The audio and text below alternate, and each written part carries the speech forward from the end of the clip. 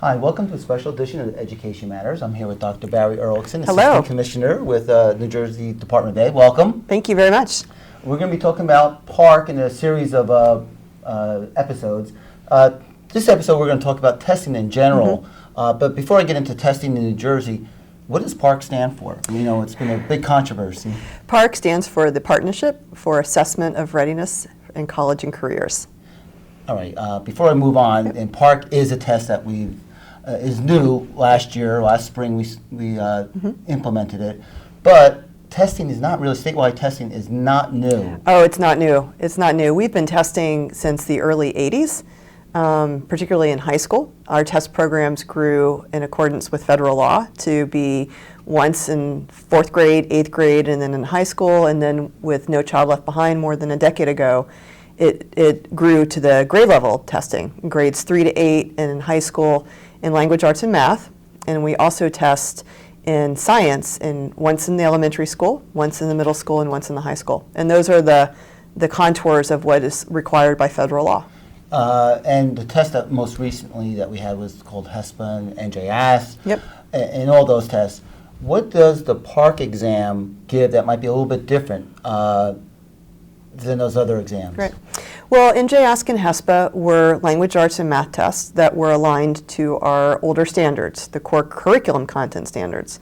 And we designed them pursuant to federal law, essentially as tools to judge the outcomes at school levels.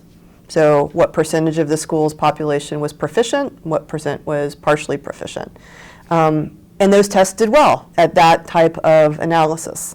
But they didn't contribute to student learning in the sense that we weren't able to give the test questions to teachers. When we were developing our test by ourselves in New Jersey, it was too cost prohibitive to give out test questions because that meant that we couldn't reuse them. So one of the things that the PARCC assessment does as a result of all of the states working together is it allows us to be much more transparent about student learning. So we recently released almost 900 test questions that were really truly used in spring of 2015 with real student work. So here's the test question that the students in 4th grade saw. Here are examples of that 4th grade work. And here are some notes from the people who scored the assessments. Which really unpacks the assessment and helps now teachers see what are the expectations for student learning. So there's also one other difference is that we're testing more grades more often, and this test is online as well. So one of the differences is that HESPA was an 11th grade only assessment. It was comprehensive in the sense that regardless of what courses you were taking in grade 11, you took the same test as a peer who might be more advanced or less advanced. PARCC is a series of end-of-course assessments in the high school. Algebra 1, geometry, Algebra 2, for instance. And so as a result, that means that the teachers of Algebra 1 now have outcomes that are aligned to the course content.